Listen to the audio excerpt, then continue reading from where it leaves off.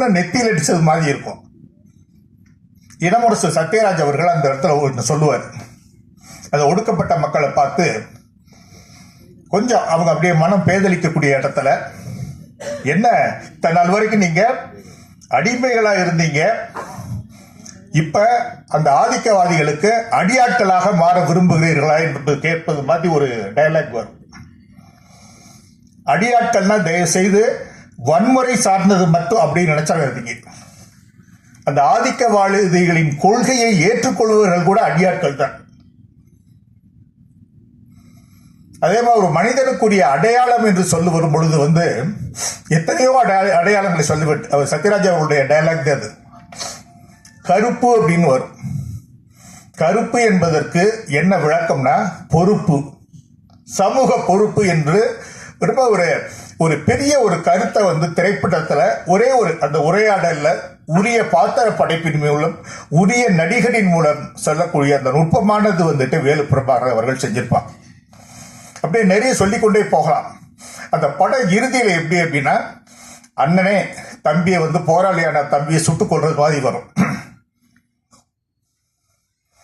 சுட்டுக் கொள்ளும் போது கடைசியில, ஏன்னா அந்த கடவுள் மறுப்பு அப்படின்றத தெளிவா எப்ப வரும்னா, இளவரசு சத்யராஜ் அவர்கள் கையில் ஒரு பேட்ச், ஒரு பித்தளை பேட்ச் ஒன்று வச்சிருப்பார், கட்டியிருப்பார்.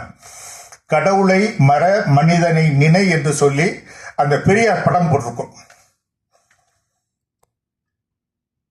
கடவுள் இல்லை அப்படின்றது மாதிரி அந்த இதில் அதிகமாக டயலாக் வராது. அதுவே அடையாளம். அந்த கதாநாயகன் சுட்டுக் கொல்லப்பட்டு உயிர் போகக்கூடிய தருணத்தில் கடைசியாக சொல்லக்கூடிய வார்த்தை என்னவென்றால், கடவுளை மற மனிதனை நினை அப்படின்னு முடியும். அதே மாதிரி சுட்டுக் கொன்ற அண்ணன் தண்டனையை நீதிபதி அறிவித்த அந்த சமயத்திலே கடைசியாக சொல்லக்கூடிய ஒரே ஒரு என்னன்னா, தன்னுடைய விளக்கத்தை அழித்து விட்டு ஹே ராம். இந்த கொலை சம்பவத்தை சொல்லும் பொழுதே உங்களுக்கு ஒரு பிரபல்யமான கொலை, மகாத்மா காந்தி சுட்டுக் கொல்லப்பட்ட அந்த வழக்கை எல்லாம் உங்களுக்கு நினைவு வரும். அப்படிப்பட்ட ஒரு மாறுபட்ட இன்றைக்கும் ஒரு சரித்திர சாதனையாக அந்த புரட்சிக்காரன் படத்தை இயக்கியவர் வேலு பிரபாகரன் அவர்கள். பாசம் ஒரு வேஷம் என்ற திரைப்படத்தில் ஒரு பெரியார் தொண்டராக, பெரியார் கருத்தியலாளராக அறிமுகமானார். திரைப்படத்துறையிலே மற்ற கேரக்டரா இருந்தாலும் கூட ஒரு பாப்புலரா வெகு மக்களுக்கு தெரிகின்ற வகையிலே பெரியார் தொண்டராக, தொண்டர்னு சொல்லும் போது அந்த தோற்ற பொழிவே பெரியார் மாதிரிதான் இருக்கும். நடித்தவர் வேலு பிரபாகரன். அதற்கு பின்பாக கடவுள் என்ற படம், அந்த கடவுள் படம் என்ற படம் வெற்றி விழா பெரியாரில் தான் நடந்தது. அவருக்கு பாராட்டு விழா நடத்தி ஒரு பணமுடிப்பும் திராவிடர் கழகத்தின் சார்பாக அளிக்கப்பட்டது. அப்புறம் எங்களுக்கு ரொம்ப அணுக்கமாகி புரட்சிக்காரன் படத்தை தயாரித்து அந்த இயக்குகின்ற பணியினை அவரிடம் அளித்தோம். அந்த காலகட்டத்தில் சில காலம் அவர் பெரியார் திடலில்தான் வாழ்ந்தார் என்ற செய்தியை இந்த நேரத்தில் சொல்லிக் கொள்வதில் நாங்கள் பெருமை அடைகிறோம். வேலு பிரபாகரன் அவர்களை பொறுத்தளவிலே திரைத்துறையிலே ஏதோ படம் எடுத்தோம், டைரக்ட் பண்ணோம், மறைந்தோம் அப்படின்றது மாதிரி இல்லாம அவரால் உருவாக்கப்பட்ட நிறைய தோழர்கள் இருக்கீங்க, கருத்தியல் சார்ந்த தோழர்கள். அவர் அந்த லெகசி அப்படின்னு ஒன்ன கிரியேட் பண்ணியிருக்காரு. அந்த திரைப்பட கொள்கை மரபை உருவாக்கி விட்டு சென்றுள்ளார்.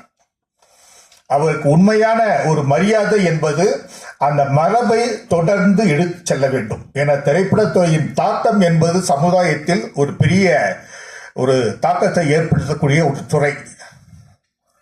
அந்த வகையிலே அவருடைய தோழர்களாகிய திரைப்படத்துறையை சார்ந்த உங்களுக்கெல்லாம் மாபெரும் பொறுப்பு இருக்கிறது என்பதை இந்த நேரத்தில் சுட்டிக்காட்டி, அவர் மறைந்த பொழுது எங்களுக்கு வந்த செய்தி, அவருடைய இறுதி நிகழ்வு எந்த சடங்கும் இல்லாமல் நடத்த வேண்டும் என்ற ஒரு வேண்டுகோளையும் தெரிவித்தார் என்ற செய்தி எங்களுக்கு வந்தது.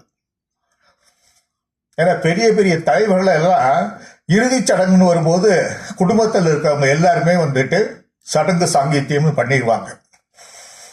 பெரியார் பற்றாளராக வாழ்ந்து செயற்பாட்டாளராக இருந்து மறைவிலும் பெரியார் கொள்கைவாதியாக விளங்கியவர் வேலு பிரபாகரன்.